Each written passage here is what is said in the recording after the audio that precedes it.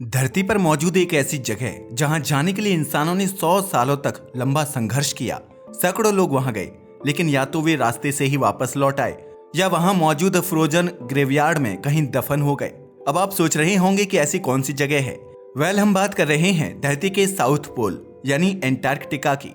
South pole यानी वो जगह जहां सदियों तक कोई भी नहीं जा पाया था, और जो उसके नजदीक गए वो सफर के बीच ही गायब हो गए। इस जगह की डेंजर का अंदाजा आप इस बात से लगा सकते हो कि इंडिया में जहां टेम्परेचर 5 डिग्री तक पहुंचता है, वहां लोगों के हाथ फटने लगते हैं, फ्रॉस्ट बाइट होने लगती है। इनफैक्ट दिल्ली की सर्दी को ड्राई कोल्ड कहा जाता है, जबकि यहाँ टेम्परेचर केवल 5 डिग्री सेल्सियस होने पर भी ह्यूमिडिटी 30% बनी रहती है। लेकिन अगर बात की जाए एंटार्कटिका की, तो यहाँ ठंड -90 डिग्री सेल्सियस तक पहुंच जाती है और ह्यूमिडिटी 0.03% तक गिर जाती है। तभी तो इसे फ्रोजन ग्रेवयार्ड कहा जाता है।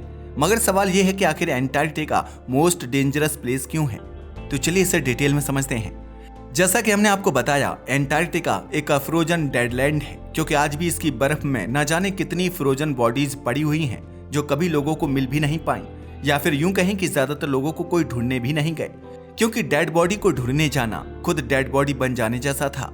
अगर एंटार्कटिका को देखा जाए तो यह एक ऐसी जगह है जहां एक्सप्लोरर्स तूफानों या ब्लिज़ार्ड्स में भटक जाते हैं, स्टारवेशन या भूख से मर जाते हैं, जहाज टूट जाते हैं या फिर बर्फ में धंस जाते हैं। एंड ये एक घटना नहीं, बल्कि ये घटनाएं बार बार घटती रही हैं। लेकिन यह क्यों होता है? इसे समझने के लिए आपको एंटार्कटिका के इतिहास के साथ साथ उसकी जियोग्राफी को भी समझना होगा, क्योंकि उसकी जियोग्राफी में ही वो राज दफन है जो इसे नॉर्थ पोल से अलग बनाते हैं। अगर बात की जाए साउथ पोल की, तो यहाँ पर बर्फ बहुत ज्यादा है। दुनिया का 70% फ्रेश वाटर एंटार्कटिका की बर्फ में जमा है। यही वजह है कि एंटार्कटिका का एवरेज टेम्परेचर -40 डिग्री सेल्सियस से लेकर -90 डिग्री सेल्सियस तक होता है। जबकि आर्कटिक की बात करें तो वहां एवरेज टेम्परेचर 0 डिग्री सेल्सियस से -40 डिग्री सेल्सियस के बीच रहता है।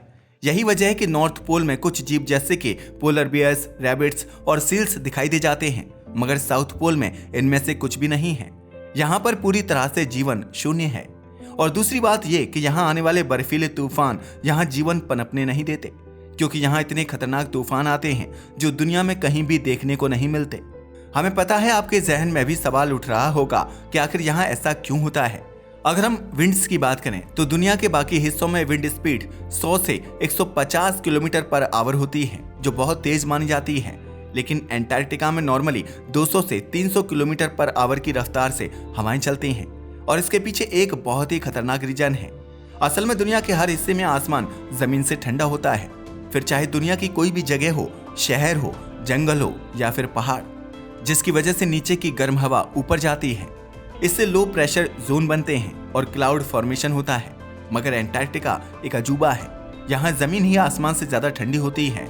इस वजह से हवा को ग्रेविटी नीचे की तरफ पुश करती है, जिसके चलते यहाँ की हवाएं डाउनवर्ड डायरेक्शन में भयंकर एक्सीलरेट होती हैं। कुछ एंटार्कटिक प्लेटोज में तो कैटाबैटिक विंड्स चलती हैं, जो बिना किसी तूफान के भी तूफान जैसी असर करती हैं। इसलिए एंटार्कटिका में नो विजिबिलिटी जैसी स्थिति बनती है। यहाँ जाने वाले एक्सप्लोरर्स को अक्सर रस्सी यानी कॉर्ड लाइन पकड़कर ही आगे बढ़ना पड़ता है, क्योंकि यह तूफान कब किसी को कहाँ उड़ा दे कोई नहीं जानता। और यह हवा इतनी ज्यादा ठंडी और सूखी होती है कि इसमें कोई मॉइस्चर या ह्यूमिडिटी नहीं रहती। इसलिए यहाँ पूरा कॉन्टिनेंट लगभग 0% ह्यूमिडिटी में रहता है। और जब ह्यूमन बॉडी हवा से मॉइस्चर नहीं ले पाती तो इंसान डिहाइड्रेशन का शिकार हो जाता है। इनफैक्ट कुछ ही मिनट में एंटार्कटिका ह्यूमन बॉडी से सारा मॉइस्चर खींच लेता है, जिससे कुछ सेकंड्स में ही स्किन सूखने लगती है। और अगर प्रिकॉशन ना लिया जाए तो शरीर का हिस्सा मिनटों में काला पड़कर बेजान हो सकता है। यहाँ आने के बाद इंसान अपना सेंस ऑफ डायरेक्शन भी खो देता है, क्योंकि चारों तरफ बस सफेदी की चादर होती है। बर्फ सफेद, हवा सफेद और आसमान भी सफेद, जिसकी वजह से ट्रैवलर दिशा का अंदाजा नहीं लगा पाता और राउंड एंड राउंड सिर्फ एक ही जगह घूमता रहता है।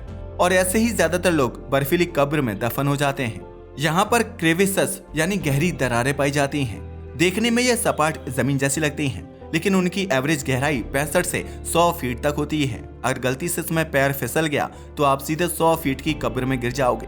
सबसे डरावनी बात यह है कि एंटार्कटिका में ऐसी एक दो नहीं बल्कि हजारों क्रेविसेस मौजूद हैं। कुछ जगहों पर बर्फ की मोटाई इतनी कम होती है कि कदम रखने से पहले आपको दरार दिखती भी नहीं।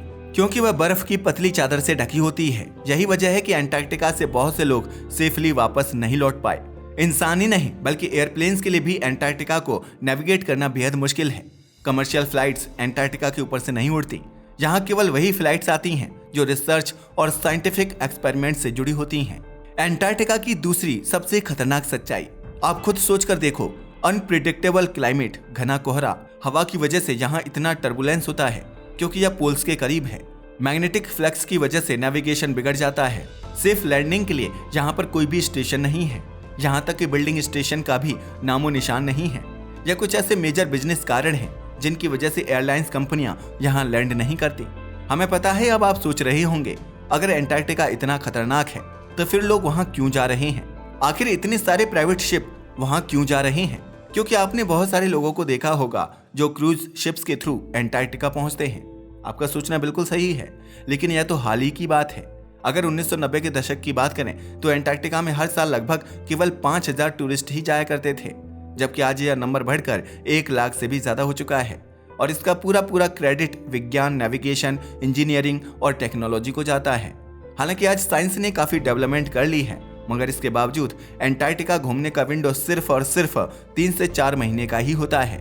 नवंबर से लेकर मार्च के बीच में लोग वहां जाते हैं क्योंकि यही वो समय होता है जब प्रॉपर प्रोटेक्शन से बाहर निकला जाए तो आपके चेहरे पर फ्रॉस्ट बाइट नहीं होगी, क्योंकि इन दिनों 24 घंटे दिन ही होता है, रात नहीं।